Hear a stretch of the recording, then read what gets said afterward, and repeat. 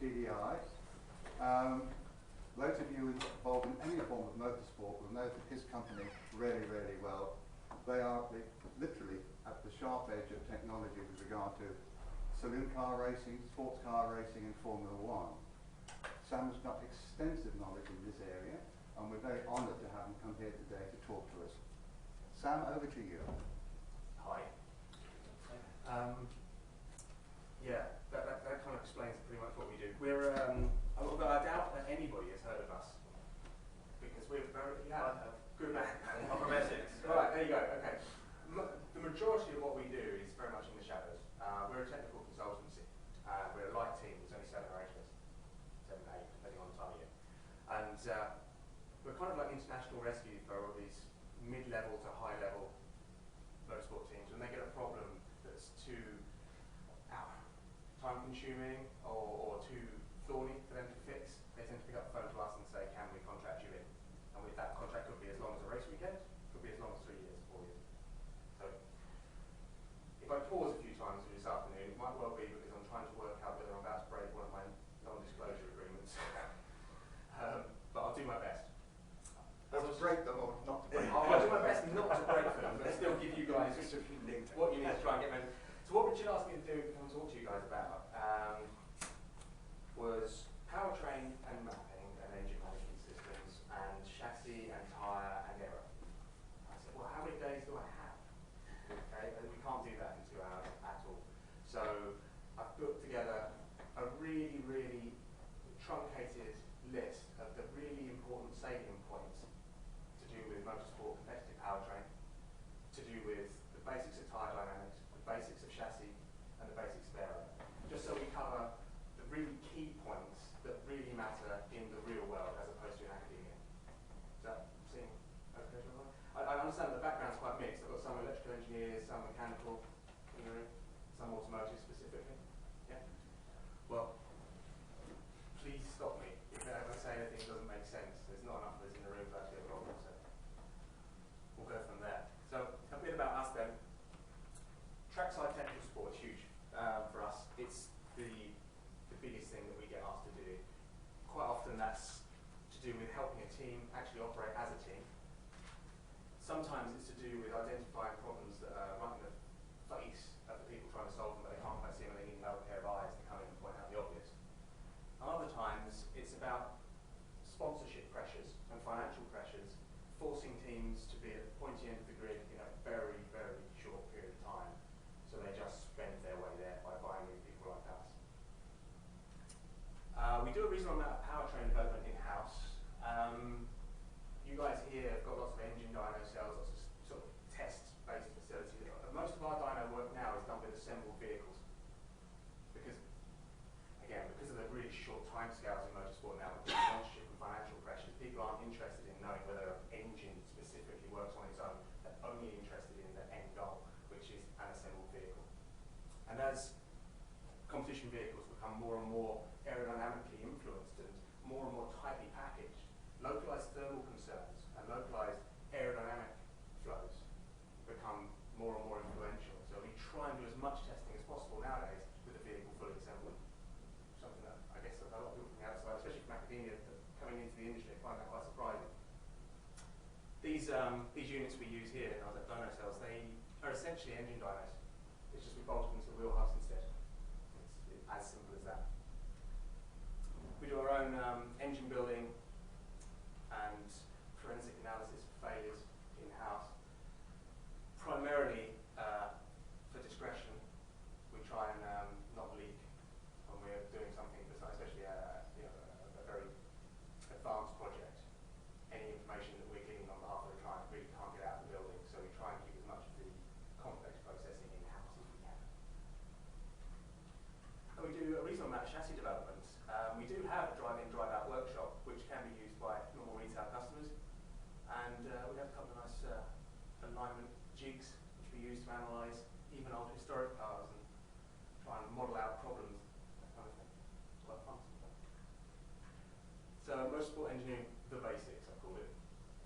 Sorry, I don't want to patronise anybody, but I think it's really important that we just start from the bottom up. You're going to be it's going to be underneath you to start with, and we'll hopefully fill in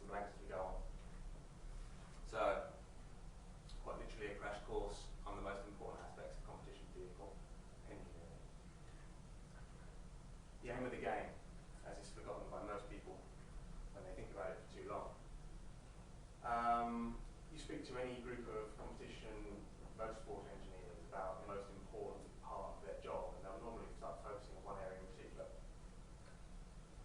The right answer to that question should actually be, the most important part of the job is getting around the designated course in the shortest period of time possible.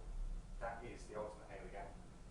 Everything you do should feed that. And keeping that at the forefront of all of your design and engineering decisions is absolutely critical. So, complete the course in the shortest period of time. That's the net goal. To do that, you have to complete the course at the highest average velocity possible. Now, the kind of equipment you might design to meet that second goal will greatly depend on the shape and nature of your course. Two extreme examples here. A dead straight course, you're going to have a competition vehicle that is designed to generate huge amounts of longitudinal acceleration. The design problem you have is limited by the vehicle's ability to generate longitudinal acceleration. If your course looks like Silverstone, lateral acceleration is going to be a massive factor because the majority of the course is actually bent. You're going to be generating lateral accelerations through the majority of it. Does that make sense? It won't do. It should, I hope. So, with that bearing in mind that that's the aim of the game, is to complete the course in the shortest period of time, maintain the highest average velocity, our toolbox looks like that. 4 main areas: powertrain, tyres, chassis and aero. And what we're going to do is just talk through the low-hanging fruit in each of those areas, the bits that really matter. The powertrain, first and foremost. The first thing is just to understand completely, get your head wrapped around the fact that the internal combustion engine, I'll better just qualify, for the purpose of what we're talking about this afternoon, I'm just going to concentrate on the 4-stroke spark ignition engine, if that's all right with everyone, because that's generally what's used in most competition. I know diesels exist, I know 2-strokes exist. Most of the physics is totally transferable over to those. I'm just going to talk about spark ignition 4-strokes for now. But all of the internal combustion engines, whether they be a Wankel rotary, whether they be a turbojet or a piston engine, they are a chemical energy converter. They take high density chemical energy, release it, capture it, turn it into kinetic energy for us. It's just an energy conversion device. And as we all know from thermodynamics, you can't create or destroy energy. They don't create energy. All they do is take it from a high density chemical form, which is liquid and easily packageable, and turn it into kinetic energy on demand. That's key to bear in mind. So, we'll start at suck, squeeze, bang, blow, if that's all right with you guys. I would hope that, bearing in mind you guys are on engineering degrees, you know there is no such thing as suck. The air walks in of its own fruition. What our engine does, when it looks to fill its combustion chamber, is it increases volume, drops the pressure to some number above absolute zero, but normally much lower than ambient. It opens an air path between its manufactured low pressure and the ambient pressure, which we would hope is reasonably high as we're breathing now. And the air walks from the high pressure to the low pressure. Nothing ever sucks. The flow rate of the orifice described by the intake valve being open is greatly dependent on the pressure delta operating on that orifice. The bigger the differential in pressure, pre and post orifice, the more mass will flow per second. Is that all making sense so far? Okay, so once we've trapped a volume of charged gas, the next aim is to prepare it for a chemical reaction. What we do is we try and squeeze it down into a much smaller volume.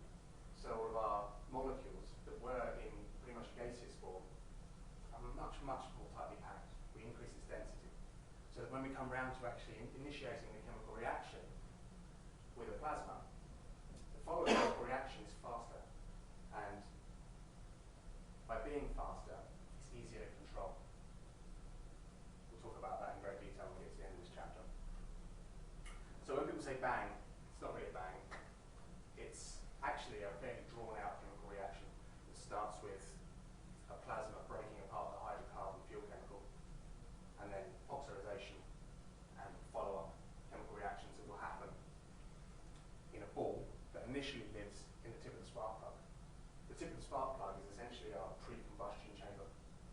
why spark plug design and spark plug specification is so critical on engine. Once the event horizon starts to grow, the rate of progression of our chemical reaction speeds up.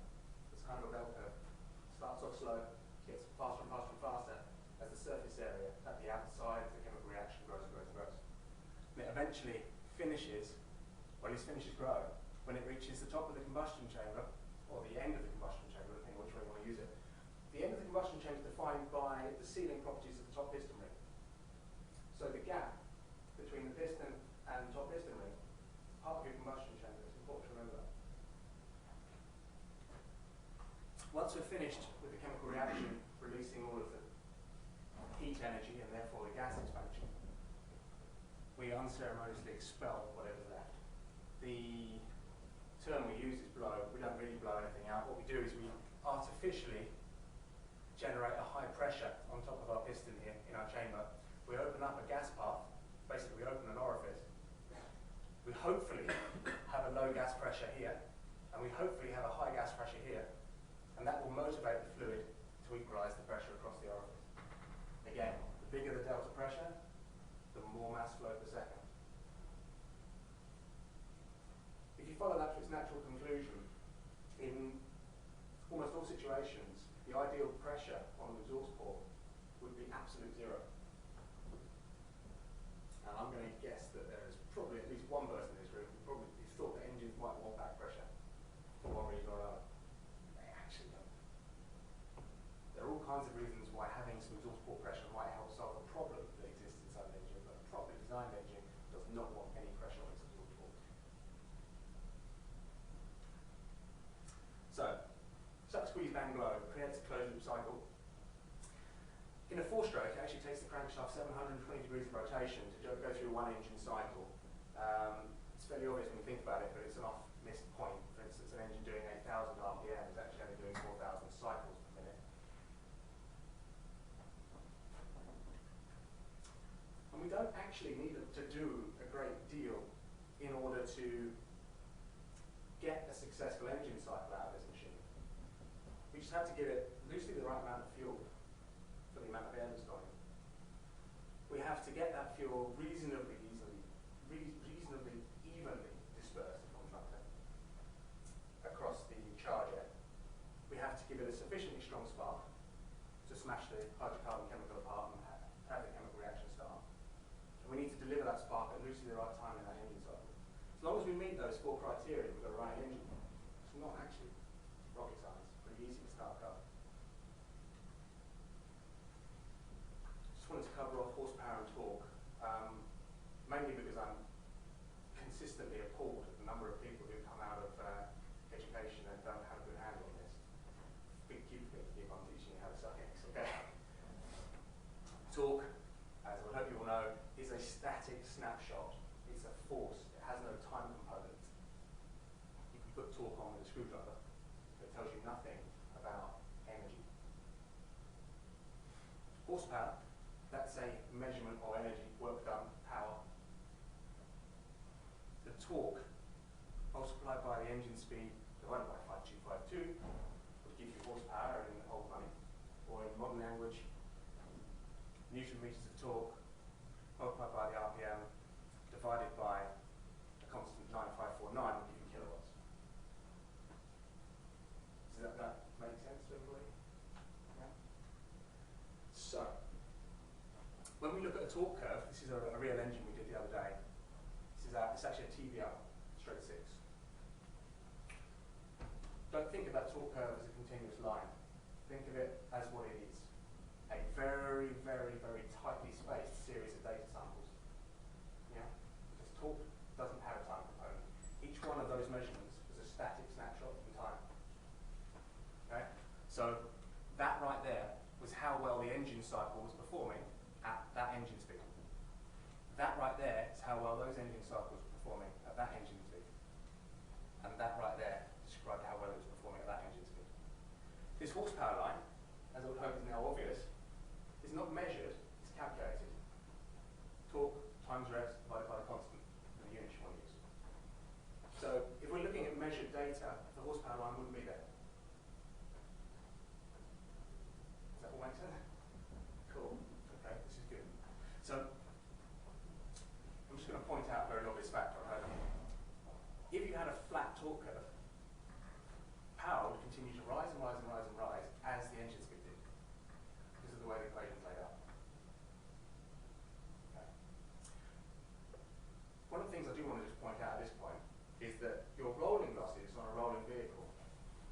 amount of energy you're investing into your tyres and your wheel bearings and your drive shaft.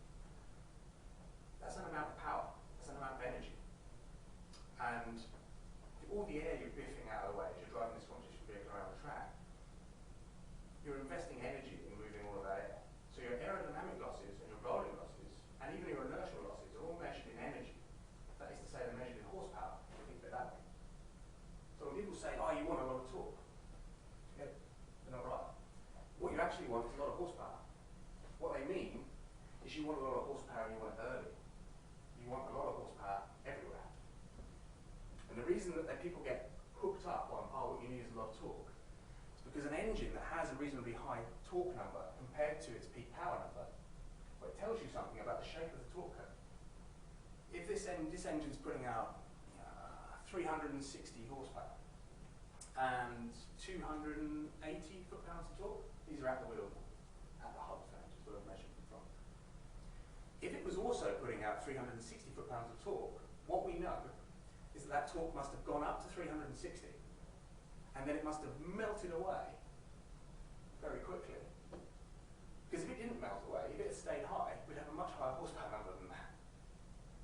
Yeah. So if the if the torque snaps up to 360 and then melts down to here, the horsepower will correspondingly rise in this area, giving you a better average horsepower number. And when people say, oh, you want lots of torque, what they really mean is you want lots of good average horsepower. You want to have lots and lots of average horsepower on your left foot, so at every operational speed, the horsepower is as high as it can be. Horsepower available at the rear tyre contact patches, minus your overall losses, that's aero, rolling, and inertia, whatever's left over after they've all taken their bite, that's your acceleration rate. Does that make sense? Cool. So, when you see two different torque curves, you often talk about people say, oh, that's a nice looking torque curve. Well, it's not a nice looking torque curve. What they really mean is that this torque curve is generating a power curve that will give good average horsepower in the range of use for that engine. What we ideally look for is an area of operation where the horsepower is high or around its target level for an engine speed range that describes the movement that you get as you change gear. So let's say, for instance, you're dropping 1,000 RPM every time you go from one gear to the next. If we could generate 1,000 RPM of power at the target level, our average power would be the same as our peak. Excellent.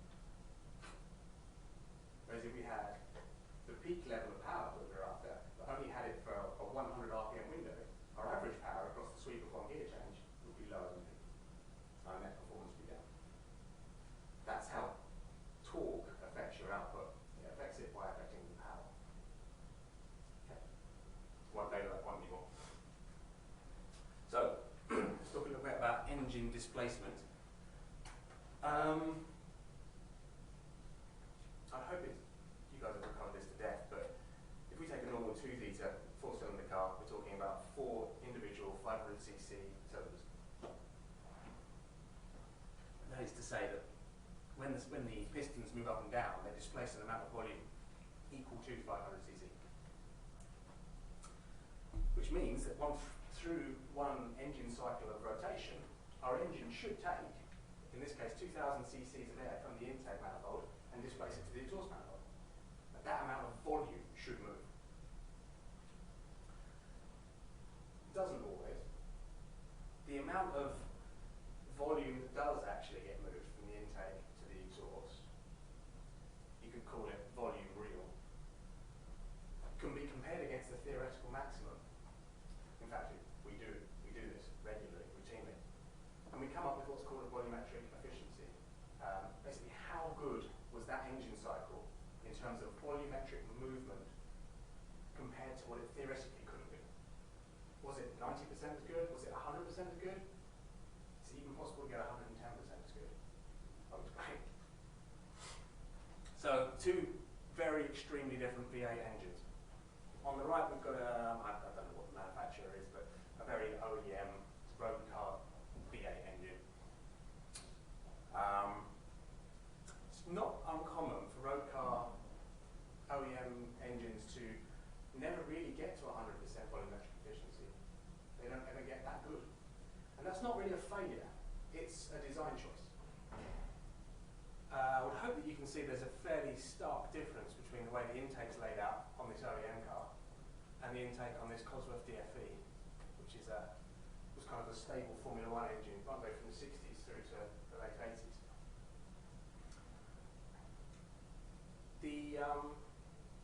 We'll start with the DFE. If we look at that intake system design, you'll notice that you've got trumpets, essentially.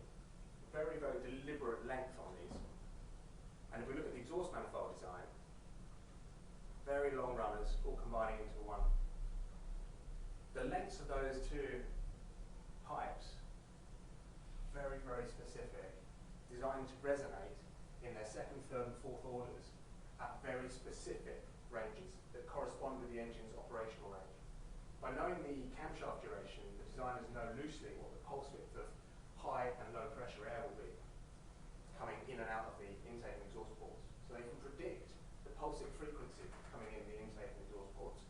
They can then work out what the resonant length is of a given chunk of pipe, and then match up a positive and negative pressure effect from the waveform that's generated. The net effect is that if you look at the torque curve of a DFE engine, you'll see it spike at around 2000 RPM, extremely high, and then drop extremely low, and then spike again, and then drop again, and then spike, and then you're at the red line. And what's happened is you've gone through the positive second order harmonic, the negative, the positive third, the negative, positive fourth, and you never quite got to the negative, you hit the red line first. What they've done is they've used the positive pressure wave, the positive pressure associated to the pressure wave on the intake, and the negative pressure associated with the pressure wave on the exhaust to create a higher than ambient pressure in the intake port during the opening event, increasing the delta pressure on that intake port during the opening event of that one. And then the opposite true on the exhaust. They've deliberately created a lower than ambient pressure in the exhaust port during the exhaust valve opening event, and therefore increasing the delta pressure during that process. By doing so, we can build deliberate overlap into the cam design that holds the intake and exhaust valve open at the same time at the top of the exhaust stroke. So the intake event can begin to work while the exhaust event is continuing to work. The net effect of this is that we can sweep the unswept portion of our engine. The combustion chambers might have a volume of about 50 cc's each, something like that. And they're normally unswept. We normally can't include them in the engine's size. But in the case of that kind of intake and exhaust setup, at the right operating range, we can. So we can augment the effective size of our engine. And compared to the deliberately swept volume of the engine, we can say we're over 100% efficient in terms of volumetric efficiency. We can take a 2-litre engine and move 2.1 litres of gas through it. Does that all make sense? That's incredible. Okay, good. Why don't OEMs do that? Well, the answer to that one is they don't want the dips. They'd love to have all the peaks that are associated to those dips, the harmonics, but they don't want the dips. They don't know what specific engine speed range their car's going to be used at. They need it to be good at 1,500 RPM, 3,500, 7,500. They don't need any dips. So they deliberately forego all of the positives that can be gained from harmonics, both in the intake and the exhaust. They deliberately machine them out, and as such, they sacrifice ever being able to get above 100% volumetric efficiency. It's something that we can begin to exploit a little bit more nowadays with modern engines and being able to move the cam phasing. But if we take a traditional sense for the moment, it's something that OEM manufacturers stay away from. So all we've talked about so far is how much volume moves from the intake to the exhaust side of the engine during my engine cycle. From an engine management perspective and from an output perspective, the volume itself is only half the story. What it moved 2 litres of is the other half of the story. Did it move 2 litres of, I don't know, nat's pea, or did it move 2 litres of porridge? Two significantly different densities. I hope I didn't need to point out that, density, light bucket, heavy bucket, both the same volume. Yeah. What we need to know when we're doing engine management is the volume of air that's been displaced, the density of that air, so that we can calculate its mass, or at least estimate it. We can calculate it reasonably accurately. to know its mass is so we know exactly what, we've got a reasonable guide as to how many oxygen atoms were involved in that intake. If we know how much oxygen we're in, we know how much fuel to inject. The other thing that's really important is that the amount of mass that's gone into the intake of our engine greatly affects the density that's true in the combustion chamber at the end of the compression stroke. And those pre-combustion conditions at the end of the compression stroke greatly affect when we're going to need to start the chemical reaction in the chamber in order to see peak pressure rise on top of our piston at the right point geometrically compared to the crankshaft, so that we can capture all of the kinetic energy from our thermal energy release. Just want to point out that I would imagine that all of you guys are acutely aware of this, judging by what you're working on down the labs, but brake-specific fuel consumption, it's entirely possible for two different engine designs to use the same quantity of fuel and return to you two completely different levels of power output. I guess you'd refer to it as good and bad fuel economy, something like that. But really, brake-specific fuel consumption is how we measure it in the trade. We tend to measure it as a weight of fuel for an amount of energy over an amount of time. So grams per kilowatt hour is the unit I tend to use. The other side of the Atlantic, we tend to use pounds per horsepower hour. And air-fuel ratio. Again, I would imagine I'm teaching you how to suck eggs on this one, but when we're trying to express where we stand in terms of the combustion conditions, it's important for us to know how much air, atmospheric air, we have to one molecule of fuel. If we're at a situation, I think probably best I should explain the word stoichiometry first. It's a word that really belongs in the chemistry lab, but what chemists use it for is quite appropriate here, I guess. They use it to describe a situation where you have two reactive substances enter a chemical reaction, and the amount of reactive substance you had on both sides was perfect, in that at the end of the chemical reaction, you had neither of either reactant left over. You had enough of both, perfectly. In that situation, we say you've achieved stoichiometry.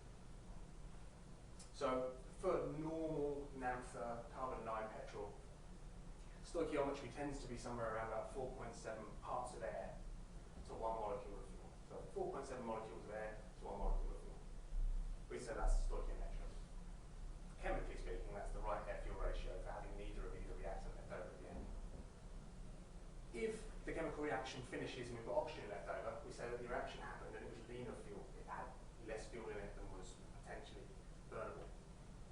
And if the chemical reaction finishes and we've got fuel left over but no oxygen to burn it with, we say that it was rich in fuel, i.e. it had more than it needed. To save an awful lot of confusion when it comes to working with different fuel chemicals, in the industry we tend to work in lambda rather than air-fuel ratio. Lambda gets used for all kinds of things across the world of engineering, but primarily in our industry we use it to define stoichiometric point for whatever fuel chemical we're using. Just a few examples at the bottom there. Petrol, 14.7 to 1, you can work with that number, equals lambda 1.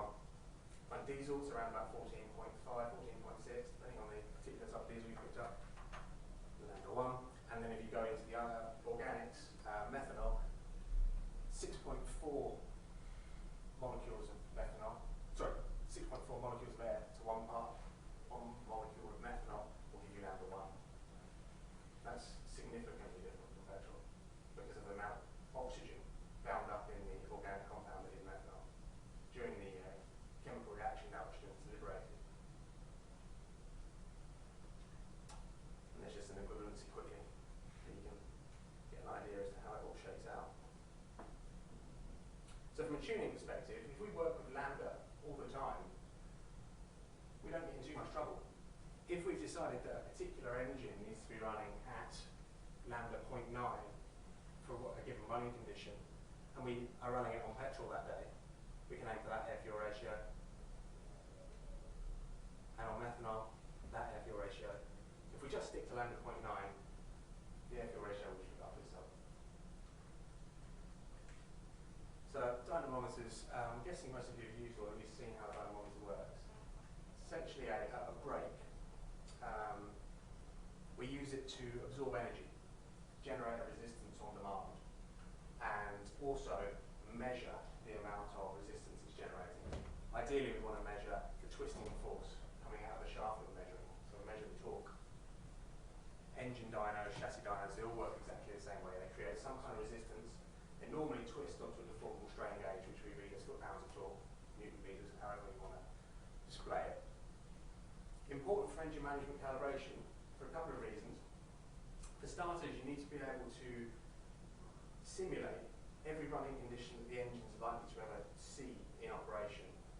And the only way you can do that in a controlled environment is to vary the amount of resistance on its output shaft, whilst varying the amount of air being introduced to the intake manifold. The other reason it's important is being able to measure that output live. We need to be able to make changes to the way that the engine management system is supporting the engine cycle and see real time how that affects the output from the engine. It becomes a really critical feedback variable when it comes to setting ignition advance, which we'll talk about in a minute.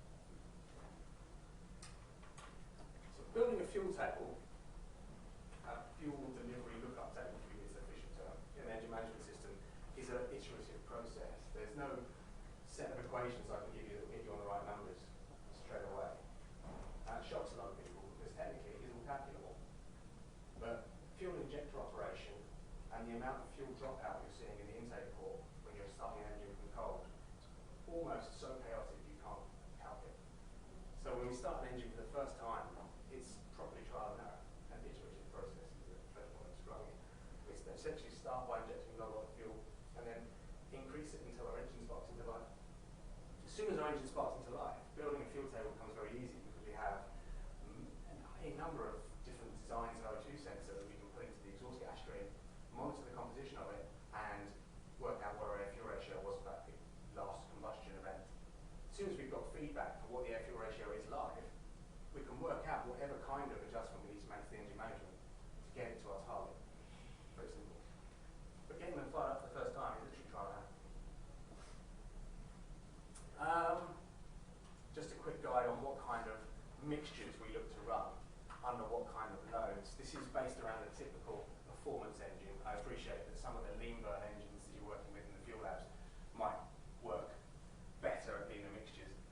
But generally speaking, mixtures leaner than lambda 1.2 to 1.3 we'd only ever use during engine overrun. You'll find that most combustion chamber designs create intermittent combustion conditions at that kind of lean running. That's to do with not having quite enough fuel and air actually at the ignition point under the plug. There are all kinds of things you can do with in-cylinder aerodynamics, like stratifying the charge and producing deliberate swirl patterns that will enable you to run at these kind of lean mixtures without seeing intermittent combustion. But most engines will start to experience intermittent combustion at these lean mixtures. By intermittent combustion, I mean misfire. Mixtures between lambda 1.05 and 1.15, we tend to only use those kind of mixtures at very light mass flow rates. That would be the areas of the engine management operation that would correspond with light cruise, light output, maybe idling, that kind of thing. You tend to find that in most combustion chamber designs, they'll exhibit reduced resistance to detonation combustion conditions, and the exhaust gas temperatures tend to be reasonably high under those kind of running conditions. Moving down to lambda 1, and maybe slightly richer down, you tend to find you have good detonation combustion resistance from the chamber. We have reasonable EGTs, and the brake-specific fuel consumption for the engine tends to be at its greatest, at its best, at around lambda 1 or maybe slightly leaner than, maybe slightly richer than, depending on the combustion chamber design and the geometry of the crankshaft. We tend to use those kind of mixtures at very light intake mass flow rates, idling, light cruising, most of the time, actually, is the answer to that question. When we start to increase the load, when we start to fill the chamber, fill the intake stroke with increasingly dense air, we need to take some protective measures in terms of our air-fuel ratio. People often wrongly associate a rich air-fuel ratio with cooling the cylinder, cooling the chamber, which is not actually what it does.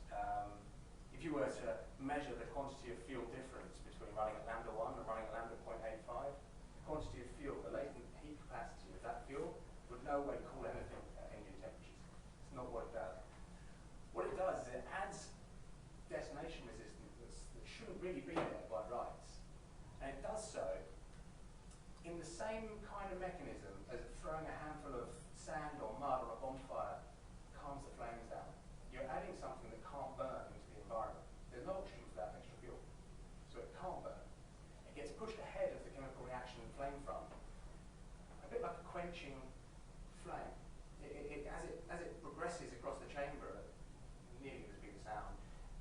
any hotspots that might be ready to promote uncontrolled combustion and just quenches them off.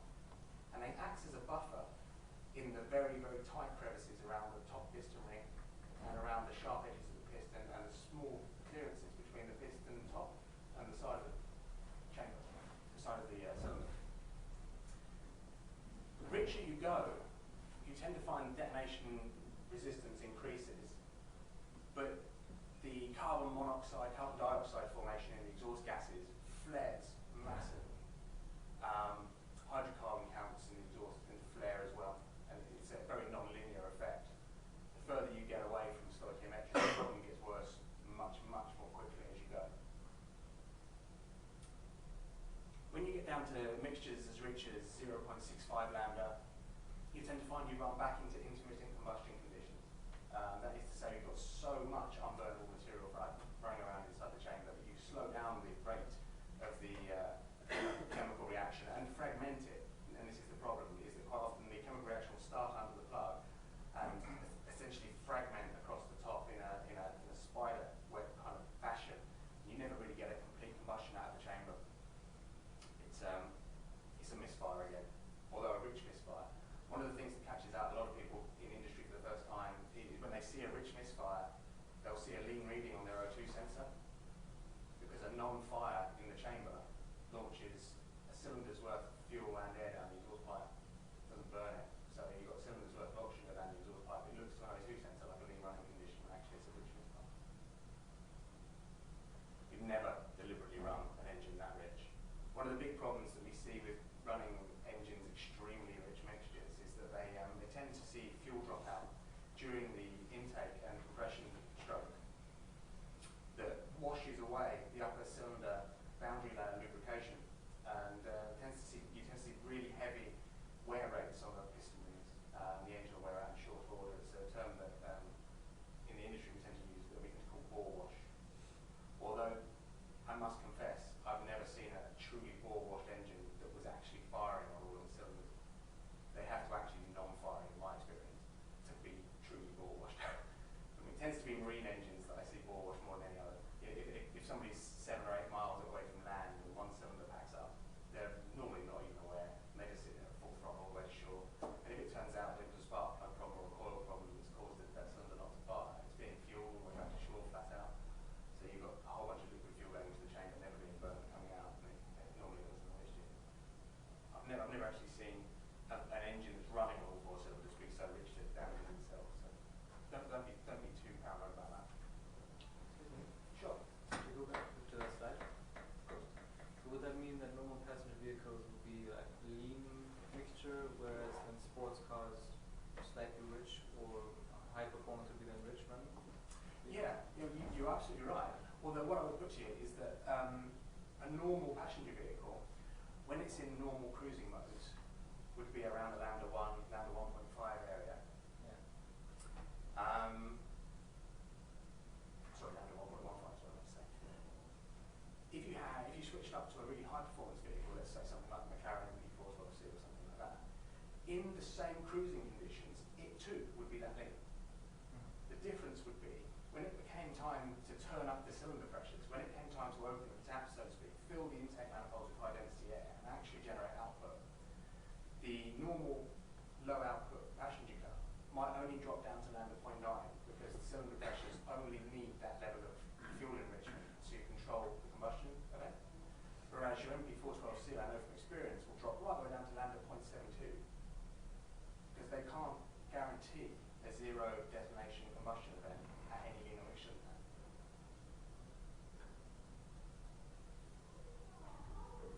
So what we got there is a typical lookup table. We've got engine speed across the top, and MAP 1 is the channel that's displayed down the left. That stands for manifold absolute pressure. And that's measured in millibar.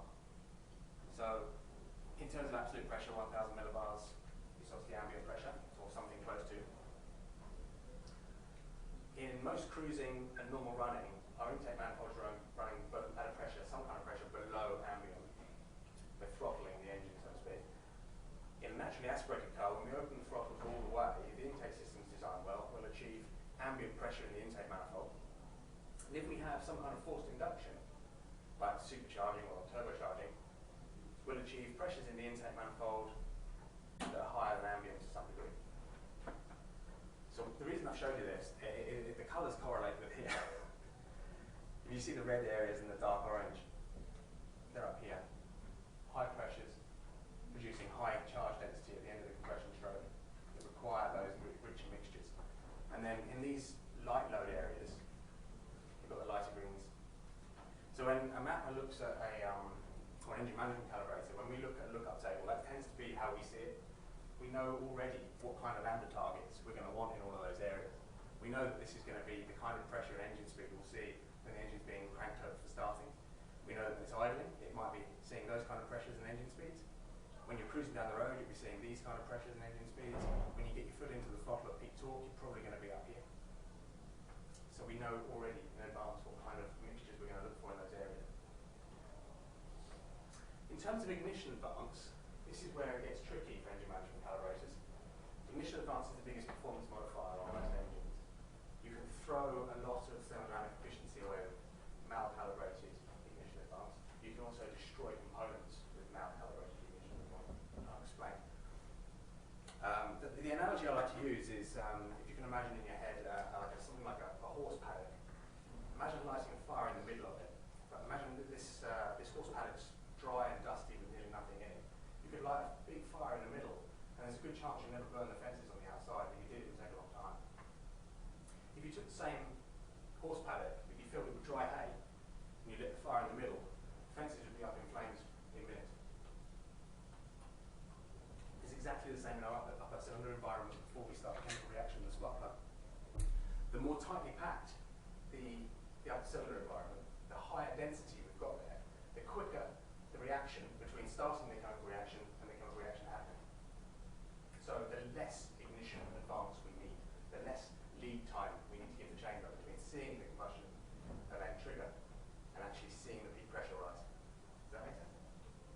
So as you open the throttles, as the intake manifold pressures come up, as the volumetric efficiency plays ball and fills the chamber for you, we need less ignition advance.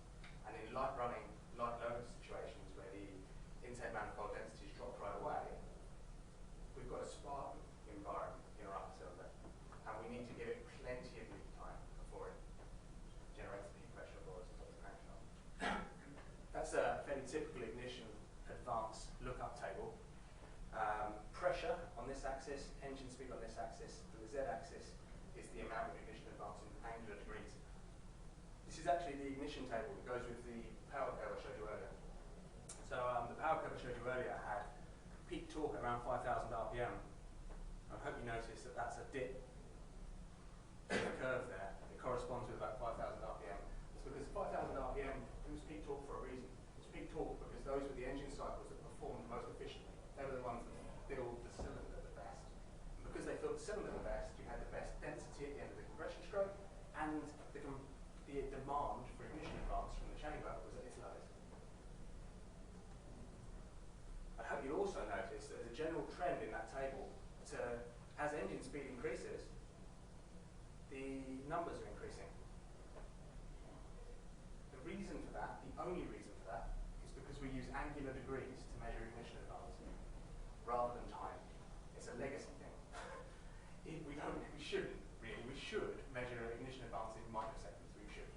And if we did, the table wouldn't have that slope to it. But because we use angular degrees, 1 degree is passed through by the crankshaft much, much faster at 8,000 RPM in terms of time than it is at 1,000 RPM. So 10 degrees of ignition advance at 1,000 RPM means a longer period of time than it does at 8,000 RPM. So we have to continually increment the numbers upwards in order to have a constant amount of lead time in our combustion chamber as engine speed goes up. So just expect all ignition tables you ever see to just slowly increment up towards the end. They will have a shape in them, one would hope if they can accurately calibrate it, that looks pretty much like the inverse of the engine's natural torque curve. And hopefully that will be obvious as to why. Peak torque equals lowest ignition demand. So the way that we actually do it is we set the engine up steady state. Pick a running condition, any running condition. It will correspond with a given pressure and engine speed. We then take the ignition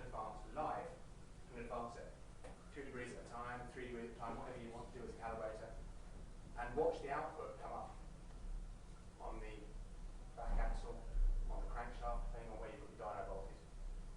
As the output comes up, you'll notice that you get a diminishing returns point where you can add ignition advance and you don't gain anything. What's happened at that point is you've fired the chamber and generated peak pressure at a point where you don't have mechanical advantage over the crankshaft geometry yet. It's akin to when you're riding a push bike and you've got the pedal straight up and down. You can push on the top pedal if you like, you can just push the crank at the bottom of the bike before it's going around.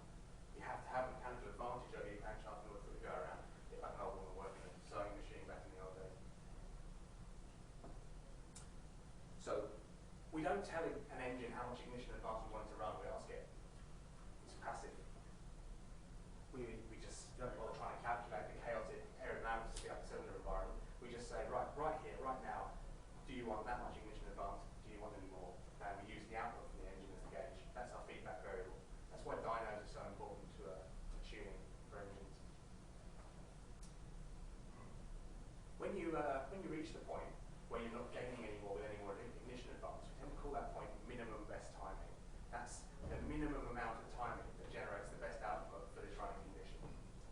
There are instances where you might want to deliberately continue to advance the ignition.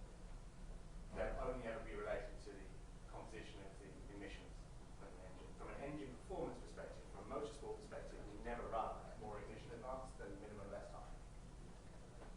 You will also occasionally find an engine that's so hot in its upper cylinder, or with so much density and pressure in its upper cylinder, or with such a bad design of the upper cylinder, that it actually runs into uncontrolled detonation combustion conditions before you can get the ignition angle at the right point. You'll run into knock, detonation, before you get the right amount of ignition advance in the chamber.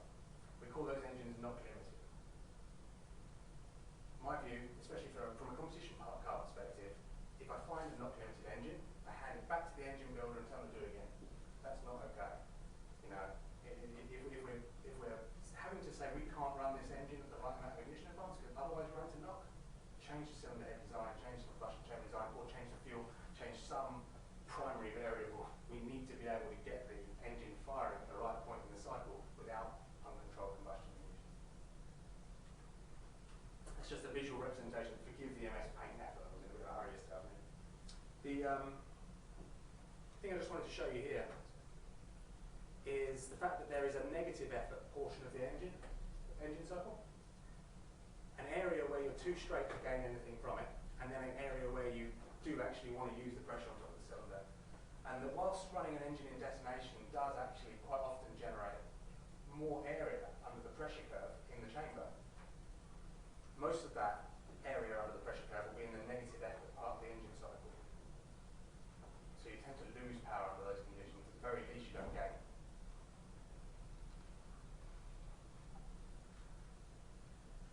So running in detonation on knock. Okay. So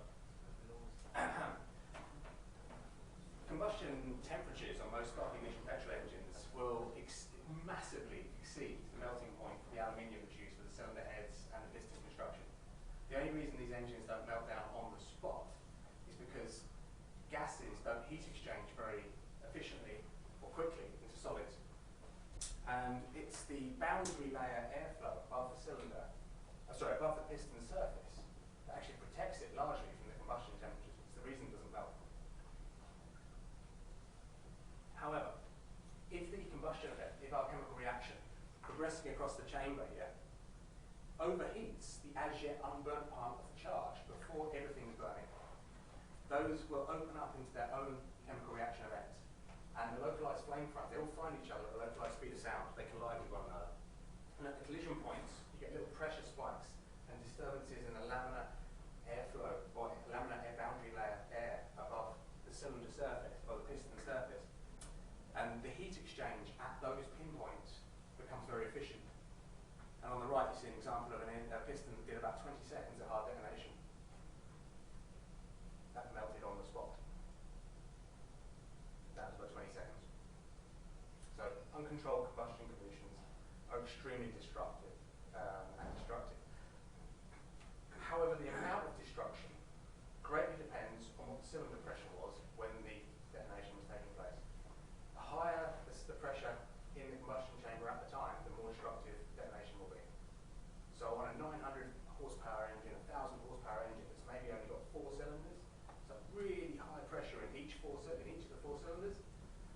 any detonation at all, is almost immediately an engine failure. If you took 1,000 horsepower, you spread it across 16 cylinders and the cylinders were huge, you wouldn't necessarily need a lot of pressure per cylinder to do that. And that engine would be much more tolerant to detonation combustion conditions without any other business like that. That's why small, heavily turboed engines are known to be tricky, because they're incredibly intolerant to detonation combustion conditions.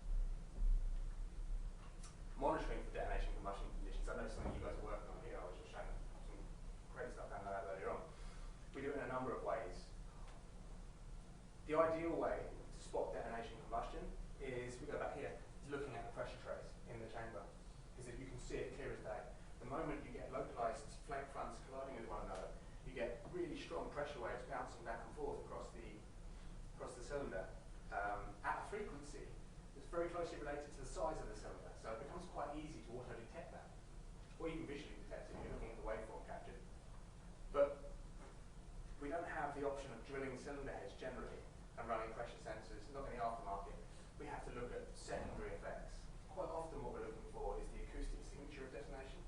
As I was saying, after a detonation event, you get this pressure wave bouncing back and forth across the cylinder at a frequency that's closely related to the size of the cylinder.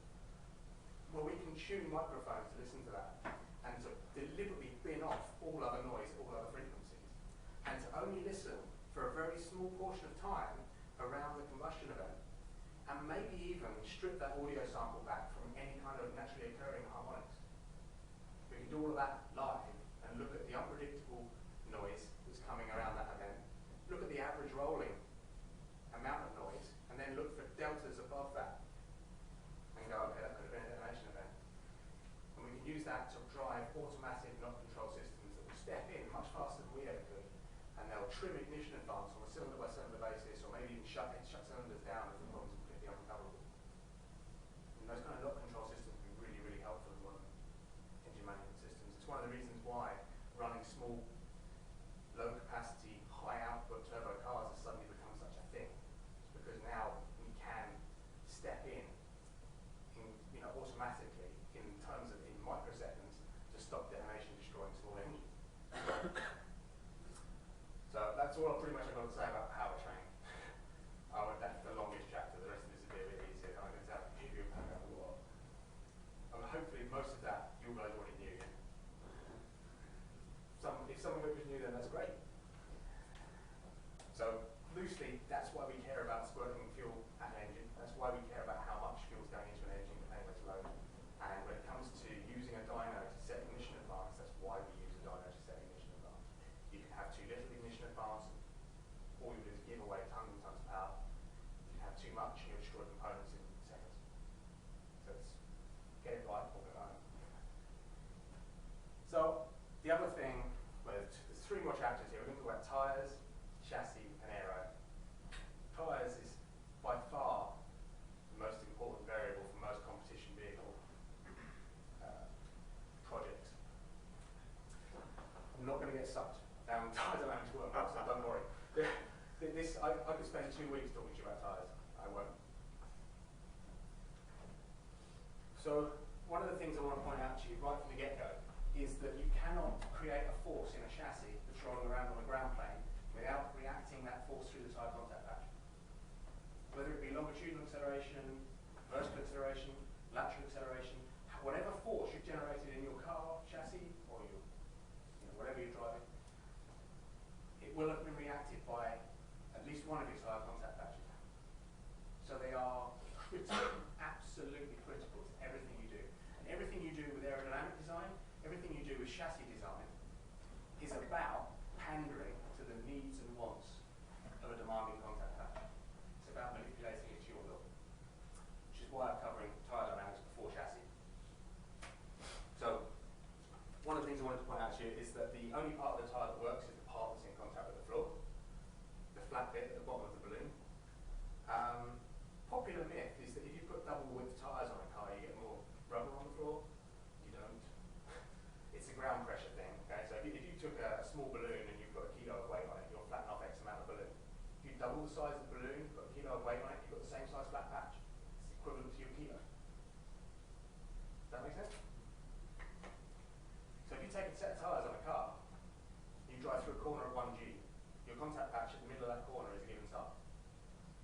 double the width of your tyres and drive through the same corner at 1G, you've got the same amount of rubber on the floor. The difference is the contact patch will have halved in length and doubled in width.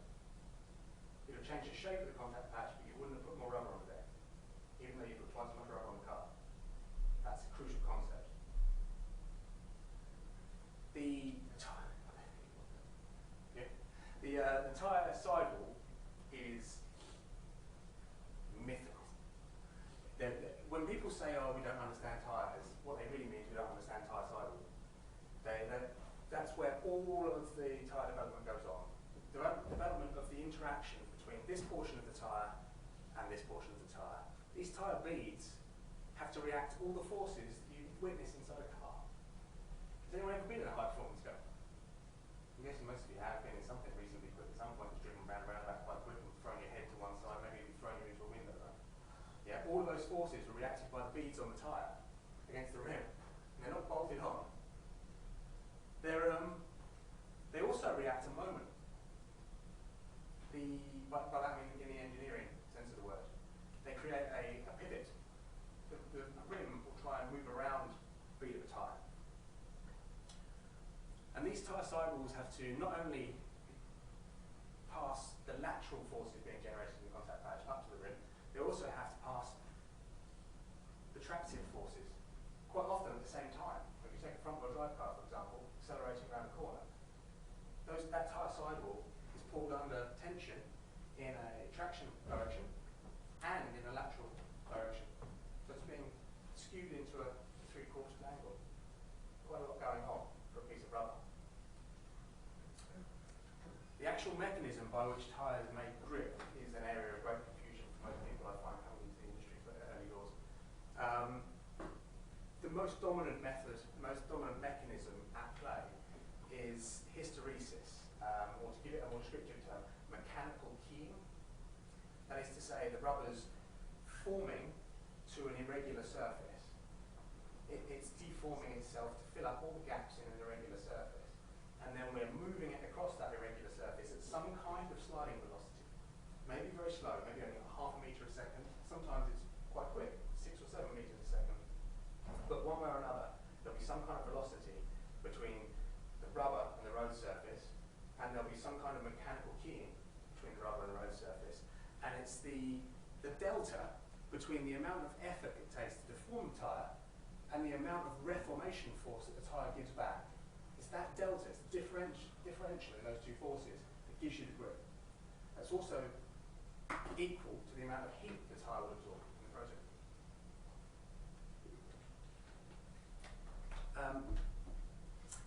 The difference, the delta between those two forces, changes greatly depending on the viscosity of the tyre's set fluid material. I mean, the rubber is a set fluid, right? It's not a solid.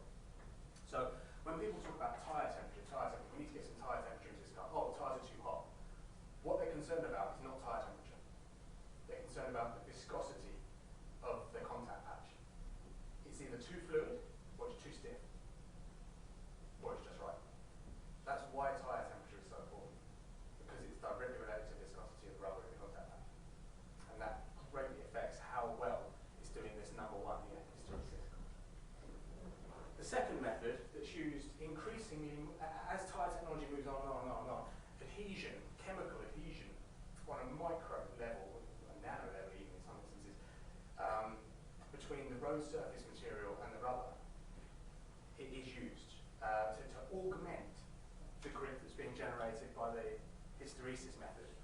Right at these points here, it's the same kind of chemistry that gives you rubber on glass friction. If you take a piece of rubber and a piece of beautifully smooth glass and try and move it across the glass, you'll find that it's sticky to move.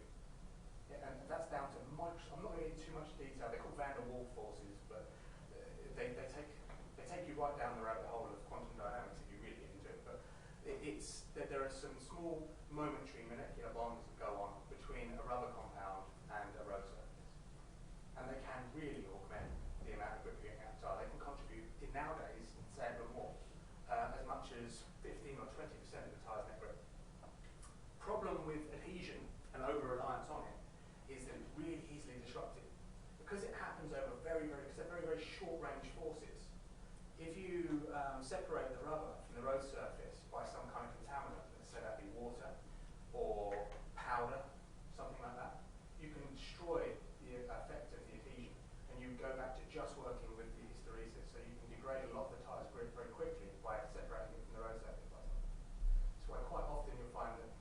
material used to make a slick tyre is very different from the material that's used to make a wet tyre. A wet tyre, they know that the surface is going to be lubricated, they know that they're not going to be able to use this second method, so they don't even try. They just build a rubber material that's geared towards being good at keying in to the road surface. Whereas in normal dry tyres, you can have a good crack. As long as you don't get dust on your tyres from running water. That's why that's such a big issue. The third method is one you don't want to overly rely on if you can avoid it, and that's just straight up tearing the rubber off the surface of the tyre. Doing a burnout, completely oversliding a tyre through a corner, you'll leave a black line on the road.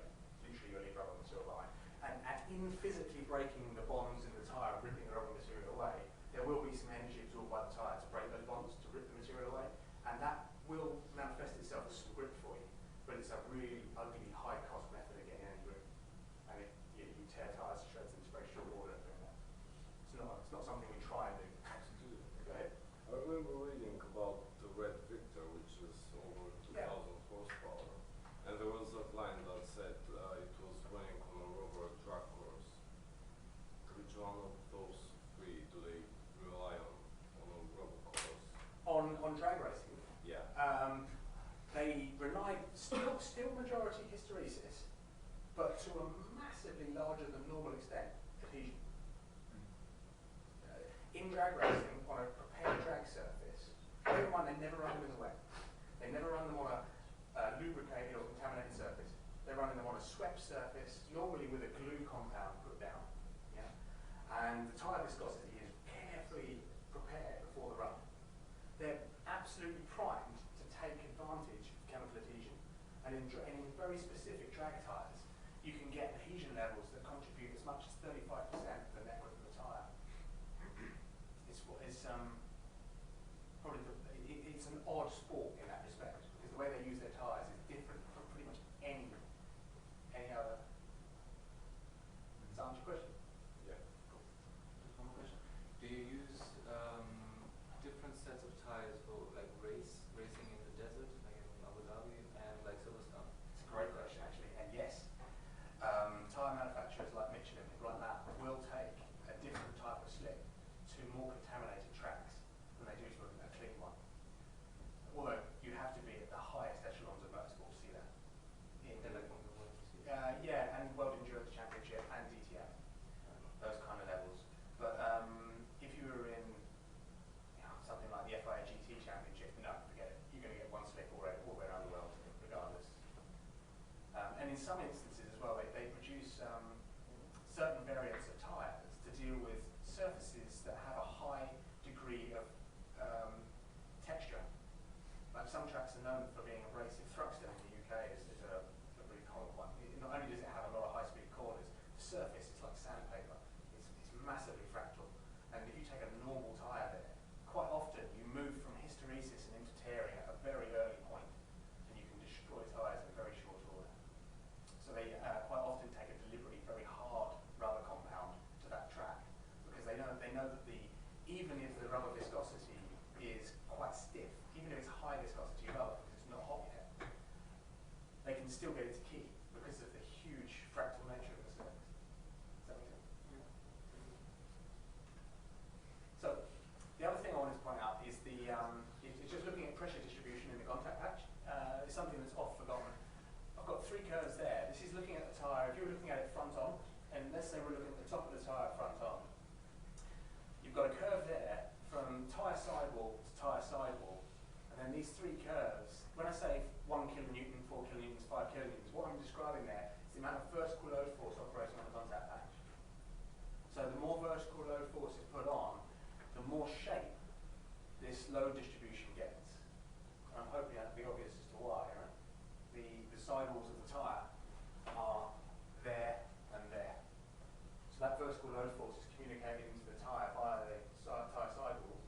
And as long as you have enough inflation pressure, initially the majority of the force is concentrated in the middle of the tread patch, and then it becomes more uniform, and then you can overload it and essentially just push the sides of the tyre harder than the middle. There's understanding that pattern exists is quite key. A lot of people don't. So you can push a tyre really hard into the ground with lots of downforce and wear out the outer edges. You might not necessarily understand why. in those situations you actually need more inflation pressure, which is something most race teams do not want to hear. Generally a higher inflation pressure reduces the contact patch size. But sometimes it's worth dealing with that distribution pattern.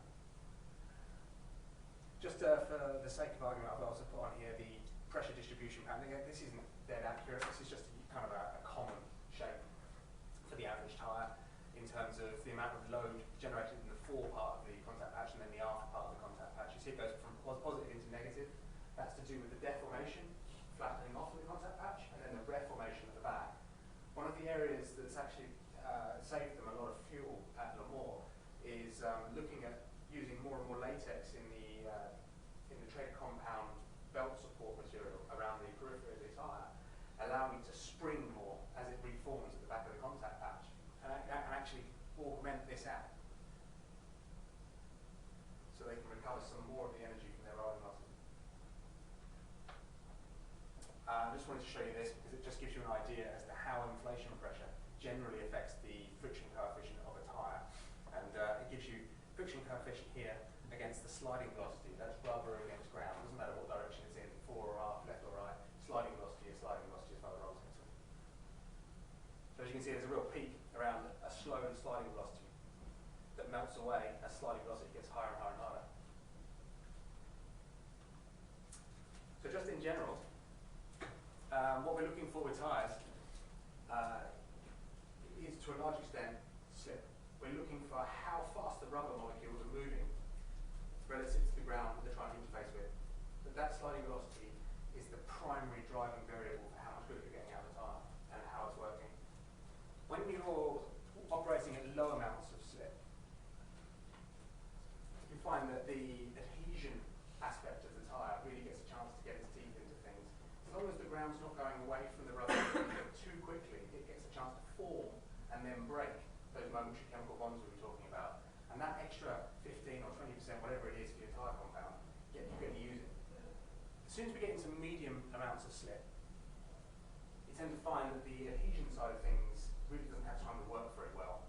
But the hysteresis side of things, it loves that extra sliding velocity. It loves being able to deform and reform at a more frequent rate.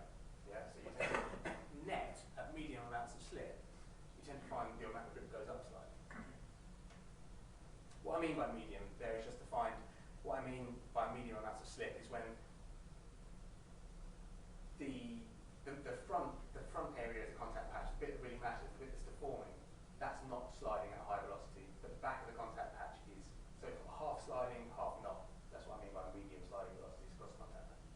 And then when you get to high amounts of tyre slip, when the entire contact patch is sliding across the road surface to some higher level, pretty much everything breaks down. The amount of, you move into the tearing mode of tyre wear, and the amount of grip output, side force you're getting from the tyre or tractive effort drops away quite hard. So the key point to take from this is the peak force generation occurs with the total contact patch sliding, but only sliding at a low velocity. So we actually want it somewhere between those two for peak cornering performance. So the whole contact patch is sliding, only sliding slowly. Just wanted to point out here that the way that we generate side forces from tyres is by operating them at a slip angle to the road, so that we generate that sliding velocity in the contact patch. If the oncoming road is coming straight at me, with my steering wheel, I operate the tyres at a slip angle to the road, they generate a side force, it acts on the front axle, turns the car, the rear tyres operate at a slip angle. When all four tyres are generating a side force, the car changes direction and generates lateral acceleration. That's the pattern of reaction. And in case of traction effects, whether it be braking or accelerating, it's a slip ratio. The tyre needs to be either over-rotating slightly or under-rotating slightly in order to generate that sliding velocity between a rubber and a road, and therefore the forces are after us. So I guess what I'm trying to say in really kind of complex way is imagine the tyres not like wheels on a train following tracks.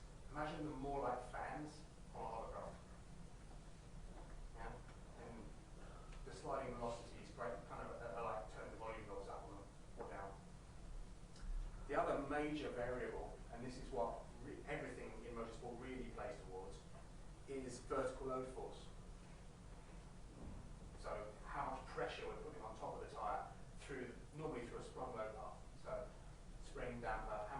squashing the flat portion of the tyre out onto the track. Vertical load force is the thing that can put more rubber on the road for us. It can create a flatter area on the bottom of our balloon. Yeah? So here you've just got a very typical tyre dynamics graph here. You see the amount of side force you're getting here. So the side force is going up. If we take a 1 kilonewton load, so a really quite low load, vertical load on the tyre, we see a gain going from 0 degrees of slip to 2 degrees of slip. Huge gain. When we go from 2 degrees of slip to 4 degrees of slip, it's starting to flatten out, but still a gain. When we go from 4 degrees of slip to 6 degrees of slip, it's really flattened out, we're not gaining anything. And from 6 degrees of slip onwards, it pretty much stays flat, right until we get up to huge levels of slip, and it actually starts to drop away again. But when we get up to 2, 3, 4, 5, 6, and 8 kilonewtons of load, the amount of side force you can generate goes through the roof. Yeah? That's why when you look at a Formula 1 car, it's covered in wings. Because they need to generate vertical load force, but they don't want to carry weight. So how do you do that? If you don't want to carry weight in the car, because you don't want to have to stop it, you don't want to have to accelerate it, you don't want to have to accelerate around the corners naturally, how do you generate that vertical load force? Or aerodynamics is the answer to that question. You generate artificial weight. But when you don't have the option to use aero, the only option we've got for generating this vertical load force is by taking the car's natural mass and leveraging it onto the contact patches vertically. And that's a key thing to bear in mind, because that leads us neatly into chassis. On the top. Okay, so we're going to talk a little bit about handling. What is handling is the question. It's easier for me to explain what it's not. It's not easy to define it. It's certainly not the same thing as maximum steady state cornering performance. The way I define it is by using this sentence. It's the quality of a vehicle that allows or even encourages the operator to make use of all of the available grip. Basically, how well you can get a car to talk to an operator, and how well you can get the car to react to the operator's commands. How well you can bridge the gap between man and machine. That's really what handling is all about. Humans are subjective creatures. We're not particularly good at judging things on an absolute or scientific scale. So you tend to find that people's response with regards to car vehicle handling is equally emotional and useless. But I managed to come up with an easy quick start guide correlating useless feedback with real life actual engineering terms. So a driver that's talking about the car's confidence generally is talking about the consistency and the linearity of the car's response to its inputs. If it's consistent and linear, well, say it's confidence inspiring. When he's talking about fun in the chassis, talking about high yaw gain, high yaw bandwidth by design.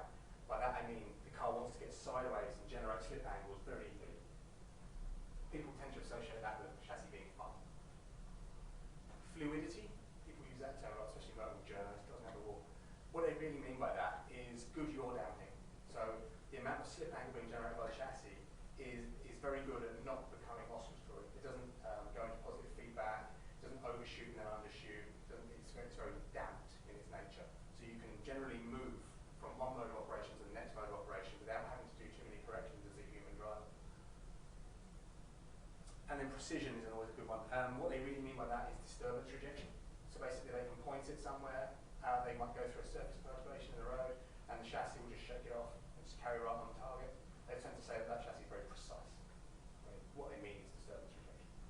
And then the pretty pictures are Lamborghinis at the bottom, just an excuse to use Lamborghinis really. But what I would point out about those three cars is that they all have loosely the same power output. But the car on the right is so much better than the car on the left. And the design and development path of those cars over the years really hasn't been on how do we get more power in a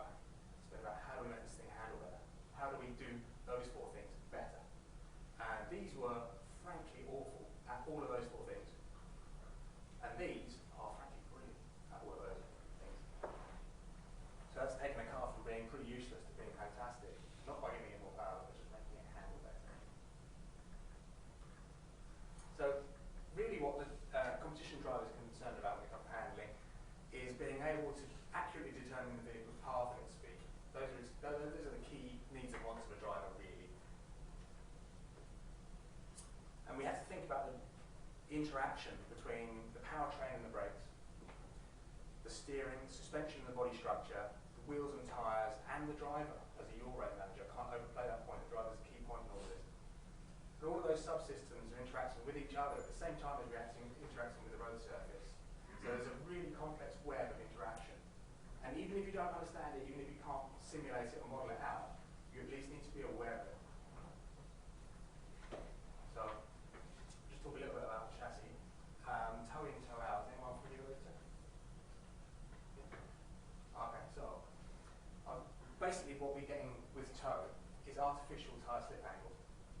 When we go into a corner with our yaw demand turn, we run the front tyres at a slip angle to the road. That helps them generate forces. If our wheels have a certain amount of toe in or toe out to them, they will either be generating loads already in this direction or already in that direction. Now in a chassis dynamic environment, forgetting heavy aero cars for a moment, the inside wheel is going to become unloaded during the cornering event. The chassis mass is going to shift to the outside. The vertical load force is going to ramp up on the outside wheels and ramp down on the inside wheels. So the chassis is going to primarily listen to the wheels that are on the outside of the chassis. So the toe that's on the wheel on the outside is going to either increase the response from that tyre or decrease the response rate from that tyre. So in the case of this, where we're looking at a front axle, in a chassis dynamic car that's going to use weight transfer, toe in will speed up the response from the front axle and make it more hyperactive, and toe out will calm down the front axle and make it less reactive, it will make it duller. Is that backwards to what anyone else has been told in the past? Good. Good.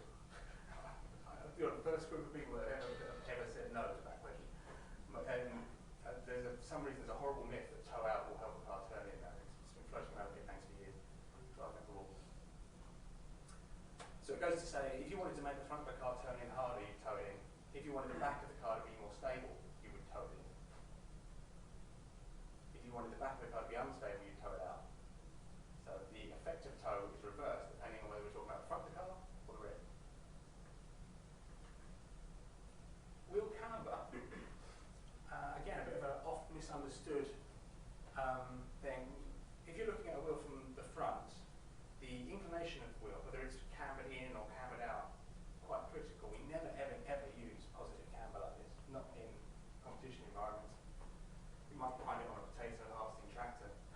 It helps the front end of the steering end of a vehicle not want to move, not want to change direction. It adds stability massively. Most of the competition vehicles, it's all about generating movement. It's all about generating lateral acceleration as quickly and as effectively as possible. So we're actually using negative camber to some degree all the time, both front and rear of the vehicle. Unlike toe, the effect of camber is the same at the front as it is at the back pretty much. And it has a couple of effects. Firstly, it skews your tyre contact patch in terms of its load distribution. You start to load the inside edge of the tyre contact patch more than the outside edge, which can be helpful if your tyre is going to deform in the middle of the corner when it's communicating forces to the chassis. It can help even a tyre wear situation. But that's only half the story. The other half of the story is it squashes the tyre effectively into a cone shape. So in terms of the way that it reacts on a ground plane, if you ran it forward free of any other influence, it would describe a curve. A bit like if you took a cone and you ran it across a billiards table, it would curve towards its small end. Yeah? So if you've got a front axle on a vehicle with heavily cambered wheels, you've got the two front tyres generating forces at cross purposes to one another. They're both trying to describe a curve that carves across the other's path. They're trying to turn already. One's trying to turn right, the other one's trying to turn left. Now, in a chassis dynamic environment where you're about to turn into the corner, let's say you're going to turn right, you're going to take the weight off the inside tyre. You're going to reduce its contact patch size to nearly nothing. You're going to reduce its influence to nearly nothing. And these strong forces that were opposing each other equally and taking your car in a straight line are no longer opposed equally. The outside tyre is generating a preloaded force in the direction you want to turn, and the response from the axle is extreme. It's one of the reasons why on tarmac rally cars, for instance, where they need to change direction very, very quickly, they're running an awful lot of wheel camber, more than is healthy for the tyre, because they want that hyper response of the front axle. And caster. We're all familiar with how a caster wheel looks, I'm guessing. The key point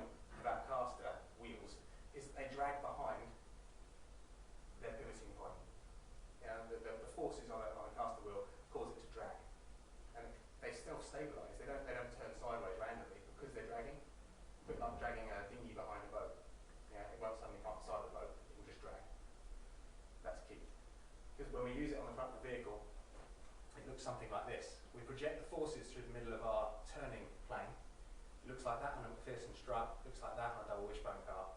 The forces, if you were, the force axis point, the top and bottom suspension ball joints in this instance, if you were to draw a line straight through them and project down to the road surface, they'd hit a point ahead of the centre of the contact patch.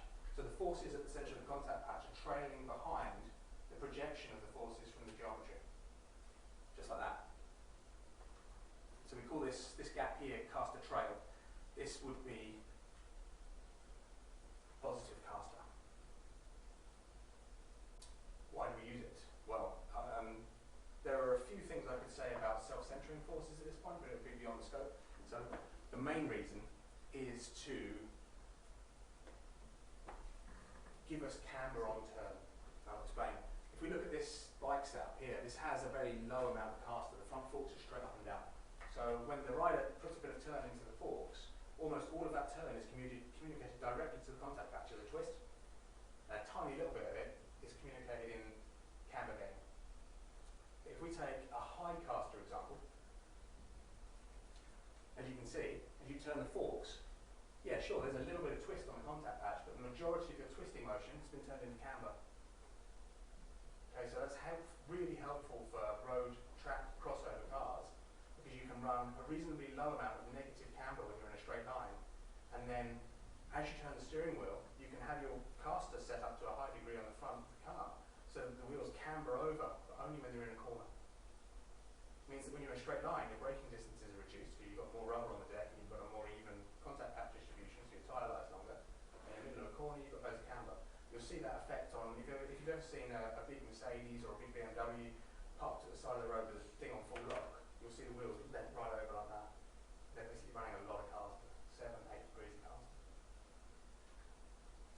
So the whole time, the suspension geometry on your vehicle is presenting the tyre contact patch to the oncoming road at a toe angle, a camber angle, and some kind of caster angle that's on the front. And we control those in terms of where they are in operation by the mounting points of all of our suspension pickup points, and the relative length of all those arms. The suspension geometry on a vehicle is not fixed, unless you're talking about a go-kart. So there are a few things that change as we're driving around. The weight distribution on all of the contact patches changes, but also the geometry. As you can see, that BMW, as it's all hooked over at 1 or 2 Gs of corner force there, has changed its geometry quite a lot. That's about what I need to say about geometry, I hope. Just be aware that it changes as the car rolls and as the wheel goes in and out of the wheel arch. And just be aware that the toe, camber and caster can affect the way you're using the tyre and the contact patch against the road surface. Weight distribution is another thing altogether. The vertical load force on the tyres is your grip budget. You're flattening off rubber onto the road by using that vertical load force. So knowing how your vehicle is distributing load force as it sits there on the workshop floor is a good starting point. But it's not as important as knowing what the weight distribution will look like at 1G, 1.5 and 2G of corner force. So it's something we spend an awful lot of time looking at in motorsport, how it's going to distribute forces around the contact patches as we start to roll the car into a corner. That's one of my spreadsheets that I've spent years developing. In this instance, the weight distribution pattern on the car at 1G is down here, 50.6% front axle, 49.4 rear, and when it's sitting on the workshop floor, it was 450/50. I'd consider that great.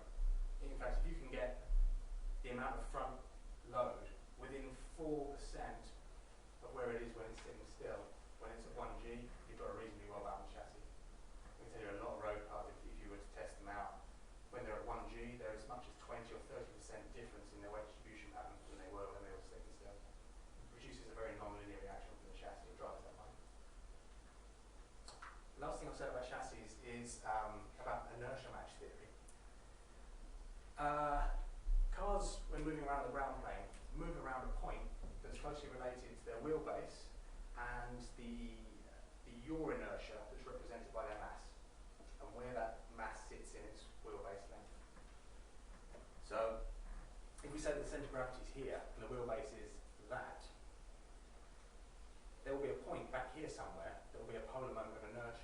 And when we generate a yawing moment on the front of the car, if we add 2 degrees of slip angle to the back of the car, for instance, we'll turn around this virtual point and we'll start to present the rear axle of the car to the oncoming road at a slip angle. And it's only when all 4 wheels on the car are operating at a slip angle and generating forces for us that we actually turn. So the relationship between gaining slip angle at the front of the car and gaining slip angle at the back greatly affects our command and control link in the chassis. It'll either be a high gain chassis or a low gain chassis or a very neutral chassis, depending on whereabouts in its length this polar moment of inertia is. If we have a dynamic index or a polar moment of inertia that's greater than 1, we would say that the polar moment of inertia, the point that it's turning around, is rearward of the rear axle. And in that situation, as you gain slip angle at the front, you gain slip angle at the back at a reduced rate. So 2 degrees of slip angle at the front would be maybe 1.3 or 1.4 degrees of slip angle at the back. That chassis will be inherently lazy, quite relaxing. On the other side of the coin, if we were turning around at 0.4 ahead of the rear axle, we'd call that having a dynamic index less than 1, and we can calculate that number out very accurately. That would produce a high gain chassis environment where if we gain 2 degrees of slip angle at the front, we'd gain more than 2 degrees at the back. We'd get a twitchy response from the car. An example of each would be something like an XJ8 Jaguar would have a dynamic index of about 1.7. Very lazy, very easy to drive with 1 turn, 1 bump. And on the other end of the spectrum, we took something like a Lotus Exige that has a dynamic index of about 0.78. So incredibly twitchy. You have a little bit of slip angle at the front, you get a lot of slip angle at the back. Car wants to change direction like a house fly, I think was the term German company used. And then lastly, error. The basics, you know, just basic aerodynamics are like that. I just wanted to cover off quickly airflow underneath the vehicle, ground effect if you like. It's free, largely. You're going to disturb the air underneath the vehicle anyway, so the drag that's being created under there, you've kind of got to carry no matter what you do with the air under there. If you can speed up a fluid flow through a slot gap, thanks to the newbie, it tells us that if you speed up a fluid flow, thanks to the conservation of energy in thermodynamics, it's got to trade something else off. And in the case of a compressible fluid flow, it will be pressure. You speed the flow up, you drop pressure. Now if you've got, let's say 2 square meters of underfloor under your prototype here, you speed the fluid flow up underneath and you can drop the pressure under there only a little bit. You can generate an awful lot of force. So if you've got, let's say 900 millibars under here and 1,000 millibars above here, acting on 2 square meters, hundreds and hundreds of kilos of force. So that's free downforce. It's downforce that doesn't cost you drag. Very helpful. And what you've got there is an idea of the pressure, the live pressure underneath an average underfloor body system. One of the things I would just point out at this point is that a lot of people who are new to the subject of race car design and motorsport will talk about the diffuser like it's an aerodynamic device, when it's actually not. It's part of the underfloor system. It's just the rear part of an underfloor system. The diffuser itself does nothing. It's the last bit of the floor. Yes, it does diffuse, but on its own, it's useless to all. That's a little Lotus we were developing earlier in the year, just showing the aerodynamic rotation around a rear wing. I mean, this is in full downforce mode. This is very aggressive. But one of the things I just wanted to point out, because it's not immediately obvious to people who don't know the subject, is that the working surface of an automotive wing is the bottom surface, not the top. What we're trying to do is stretch the air around the bottom surfaces. And by speeding it up and stretching it around the bottom surfaces, we're dropping its pressure. So the drop in pressure across the cross-section of that wing is its downforce. And in the next slide, I just want to show you, you see this here, we're throwing some smoke into the diffuser section, the last part of the underfloor, and you see this rotation. This diffuser section is at an angle that the air wouldn't normally want to stick to. The air that's coming underneath the car would normally just ignore the fact that the ceiling's gone. It wouldn't try and follow it.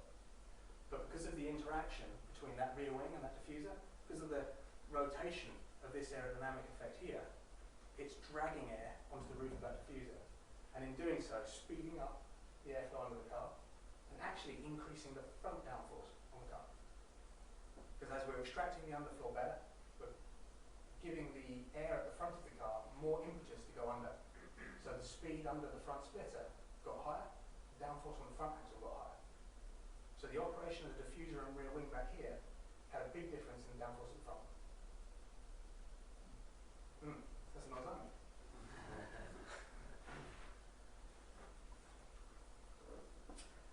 One of the other things I wanted to point out is that this was a breakthrough car in terms of aerodynamics.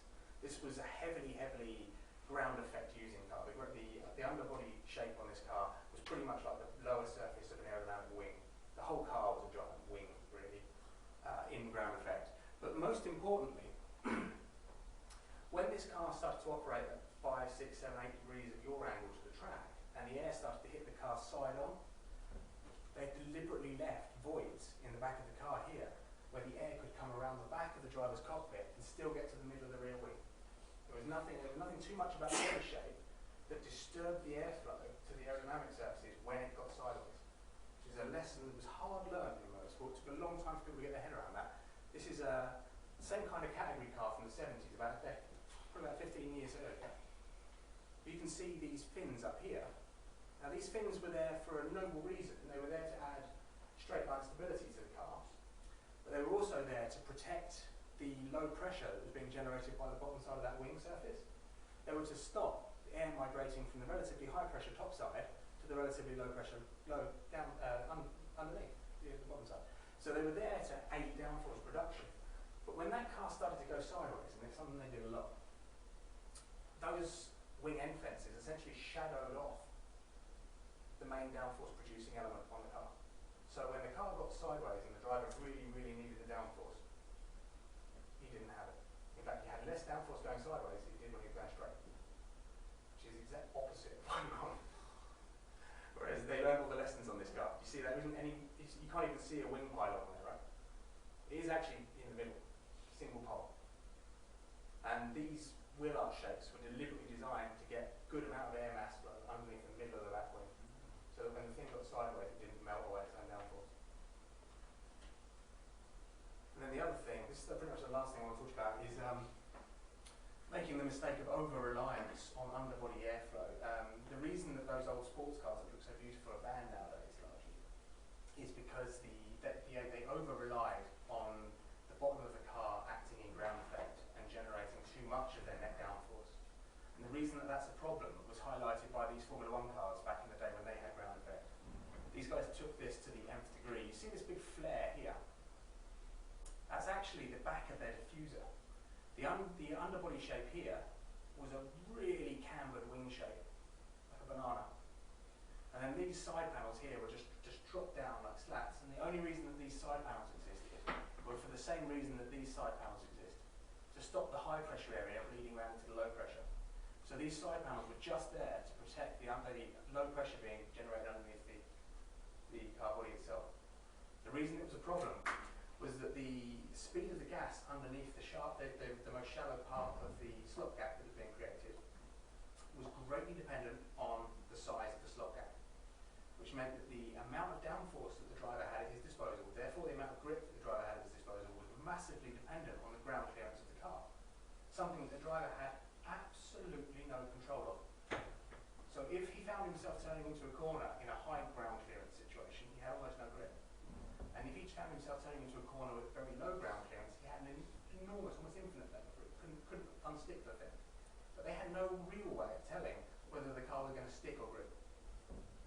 And it was a big problem. It caused a lot of very high speed accidents. It certainly caused a few brave drivers to come to the front of the grid. But there was a thin line between bravery and stupidity, and in fact you had to be just about the other side of stupid to drive those things flat out. This guy was immensely good. He'll be on it. So, yeah, that's about all I've got to say to you. Wow. That's Goodness me. Right, so thank you so much. Any questions, guys? We've got 5 minutes for questions.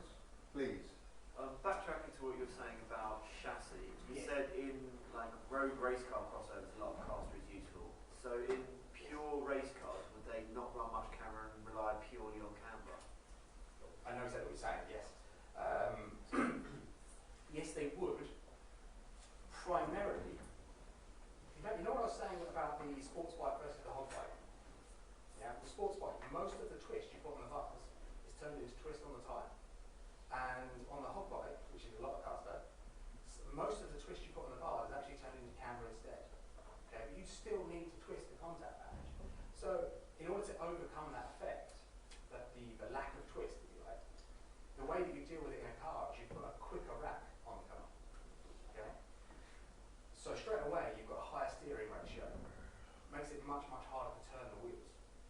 Then combining the fact that when you've got a lot of caster in your suspension, as you turn the wheels, you're actually lifting the car.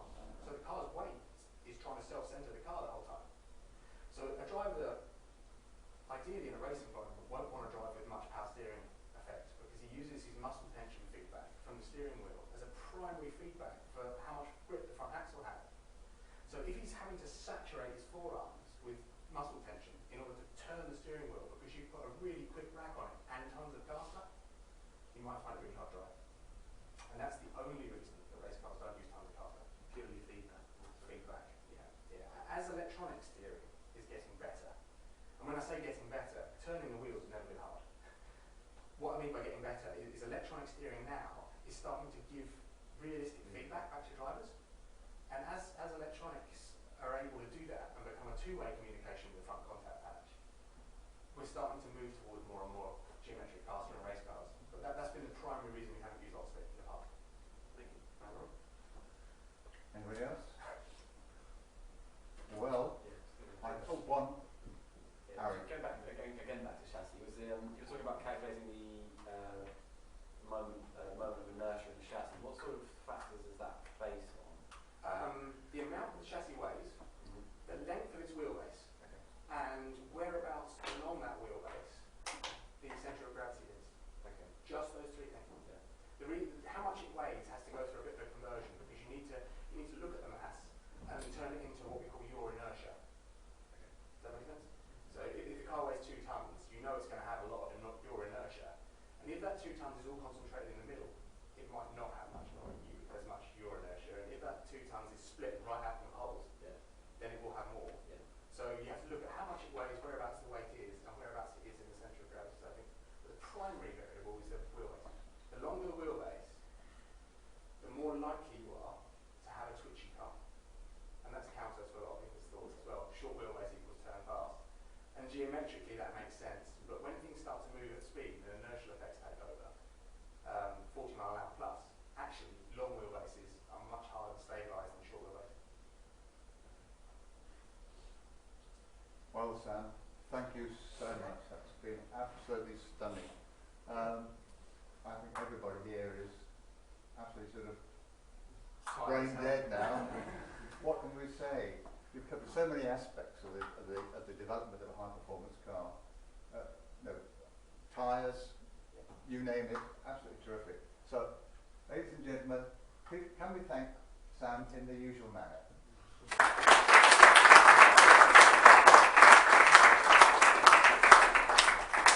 And again, can't thank you enough. Absolutely terrific stuff. Sorry to keep you late on Friday. Off you go, guys. And so next Thursday, I want to know what pairing you got and what subject you're going to be talking about. Thank you. Is that okay? Absolutely. No. Wonderful. Absolutely wonderful.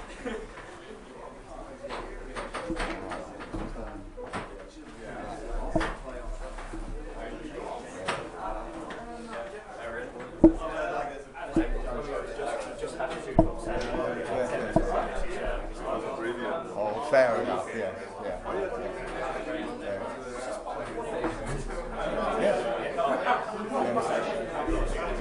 That's right, yeah. Just the ordinary sort of automotive systems, really. Yeah. But I've had the 5th of the seminars, the last seminar.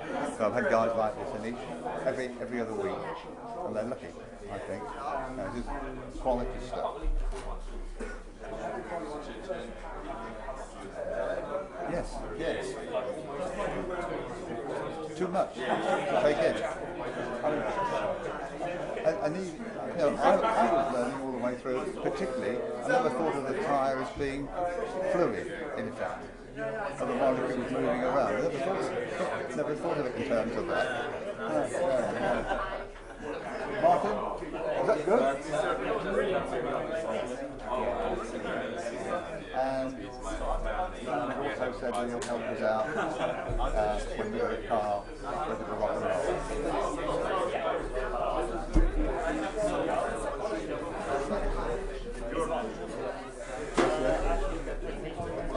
yes.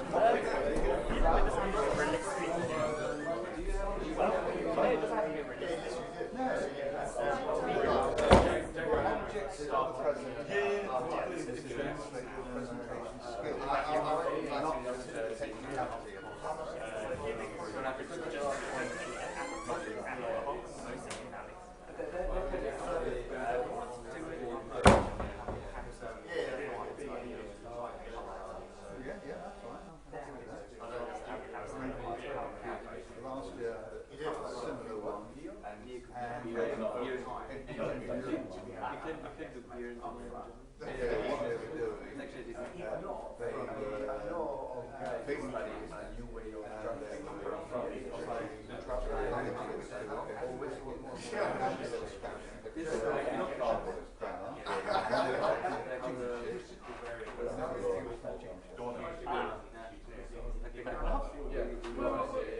There's a guy at my university who a master thesis about Up on the screen, there's shooting into the weighing machine. Oh, wow. I think I've been Very good. I look forward to it. Excellent stuff. it was a match. They published it. Started producing as a shop. They introduced it in that shop. People was massive amount of people started coming in. It was brilliant.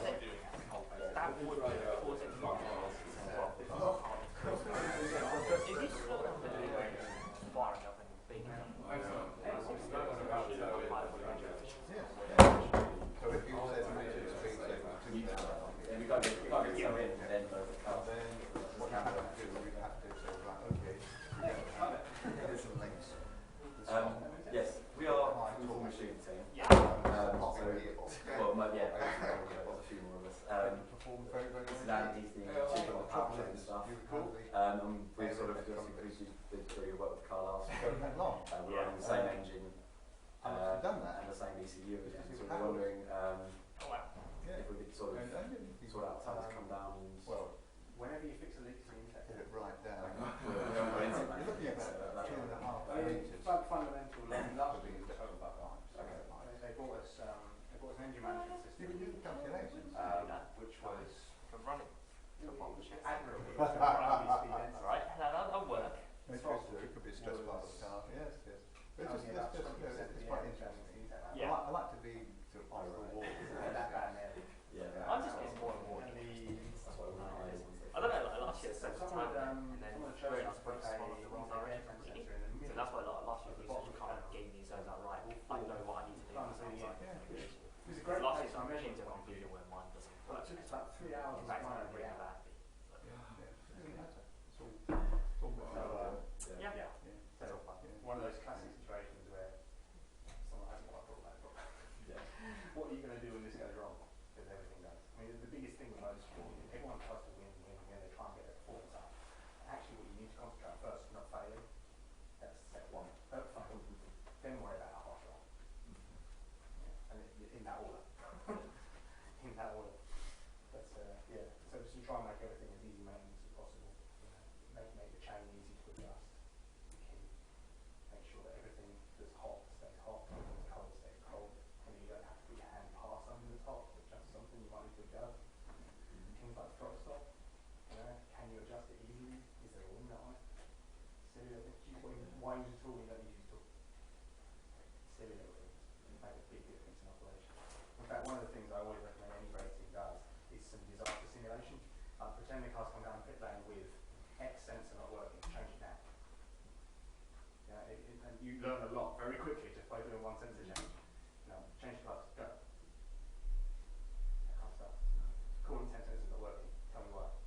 If you can't reach it, if you can't get to it, how are you going to do that on the test day? Because it will happen. We had quite a lot of experience. We broke the Tier 14. That was the kind of issue with that car, is that it actually was packaged reasonably nicely. It was quite nice, but operationally it was a disaster because you couldn't actually work on it in situ very easily at all. Yeah. Fair going with people with experience that have enough. People that haven't got experience in motorsport tend to assume things won't break. People that have got experience will know everything that can will.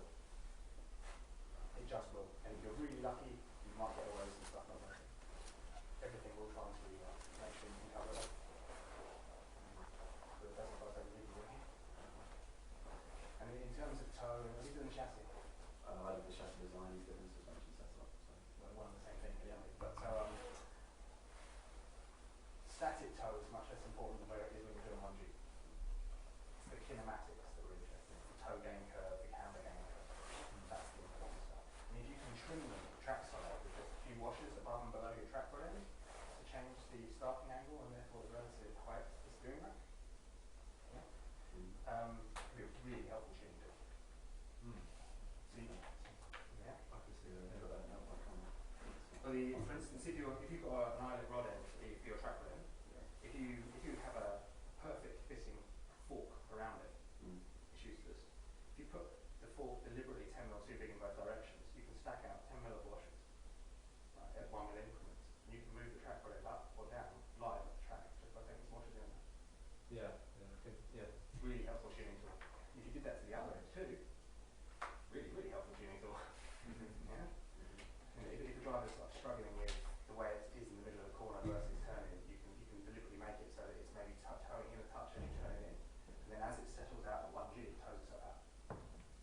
Yeah, I mean, we've seen how much bump steer changes just from changing the height by 5 mil or something. I think 5 mil is quite a lot. Yeah. I mean, actually what you're looking for is relatively small amounts of bump steer change. That's what we're trying to minimise. But having it move in the direction you want it to, you can use it as a really powerful tuning tool on light cars. Because you're just going to be tire dominated. And essentially what you've got is 4 contact patches driving around the track through the control system for the tire contact patches. That's the way you have to think about it. How are we controlling these tires? All of these guys that are using air are barking up the wrong thing. They probably did half of it 5 years ago and then just pushed on a bit from there. But they're trying to get mechanical grips in cars so light, basically, is sort of what they're working with. Yeah, but the thing is that the cars aren't that light. That's the thing. I mean, and if they put the weight in the right places, you know, if you deliberately, I mean, this might sound totally counterintuitive for a race car design, but if you move the weight high, you can generate a lot of vertical load force from it. Yeah, it's made out. You don't want to. You want to turn it into a vertical load force so that you grow the contact power. That's the key thing. And the other thing is where your geometry projects the roll force center is quite key as well. One of the things that you can do with lightweight cars that can help is have the center of gravity below the roll center. Sound odd? You can actually geometrically jack weight onto the inside wheel. If it swings underneath the roll center like a pendulum, it will lean on its inside wheel. It means you can break off the corner apexes without locking. So quite a high roll centre then. I mean, that's I've seen for a a lot of Formula tuning car, Yeah, that's because 400 everybody goes mil. classical with it. Everyone goes classical and gets the roll centre down below the surface of the tarmac, and then they move over the top to turn their weight into vertical load force. And one of the things that you might want to consider doing, if you find yourself underweight, if you can get the thing underweight, is to put weight in as a movable mass. You can move in height. So you could maybe think about having a ladder frame somewhere in the nose of the car with a saddle of tungsten or iron that you can mount either high, medium, low, or take it out completely. So you can generate a vertical load force you want on the tyre contact patches and get them up working down. Because sometimes having the tyres working better for you is better than being light. To give you an example, a 997 GT Cup car, the Porsche Cup, Pro Cup. I managed to find a second and a half a lap around Silverstone on a cold day by strapping 40 kilos into the front at the right height and getting the front to work properly so that I could take all the geo on the back that I wanted. So I balanced the chassis by keeping the front tyres up and moving the vertical load force onto them. Everybody laughed when it went on the scales because it was 50 kilos overweight and everyone else was going to the grams. We went second and a half faster than anyone for a pole. So you have to look at the whole picture. And the Gotta tyres have 1.5 bags of protectors. I mean, One heavy joint. you just 10 kilos, that's what tyres is everything. That's what it comes down to. Tyres and low drag. Those are your two things. Just drop all the drag off it and get the tyres to work. do that, you win. Definitely keep it reliable. Stroke service, they are one and the same thing. It will break on you no matter what you do. Make it easy to fix. That's about all I can say. Brilliant.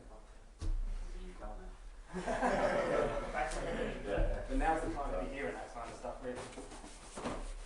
Not when we've got a chassis running. Nah, you do alright. You can always, you can move stuff and grind stuff off and work it back on. Juice, I've done that like 4 days before. You'd be surprised. Workshop running. Change it from flat row. Change it from flat way. You will do my own. You can just add 40 mils to the end of the car, stick another chassis in the You can just put, you can just make the pen out and so it's pretty. You've got loads of weight there. Really want to make it. I don't think I'm making myself. Okay, guys, we'll see you later. Give me either an email. You've got my card. We may have it somewhere in the workshop. It's probably worth getting another one there. Yeah, just email me when you're ready for the dyno. Yeah, probably be late February, something like that. Yeah. What I would say to you is make sure you are absolutely dyno ready. Yeah. In the past, we caused great embarrassment because PDI got very important paying customers lined up and Sam put them off, and we should have arrived, say, at 10, and we arrived about 6 o'clock in the afternoon, complete afternoon wasted, and people were working overtime, and the car wasn't ready, and it wouldn't run. And it was fundamentally silly stuff too. It was a cock-up, and it was awful. So embarrassing, so we mustn't have that ever again. Yeah. Sorry about the board and short, but that's one of the things. Yeah. Oh, well. Okay, guys, we're off. Take it easy, guys. Have a good one.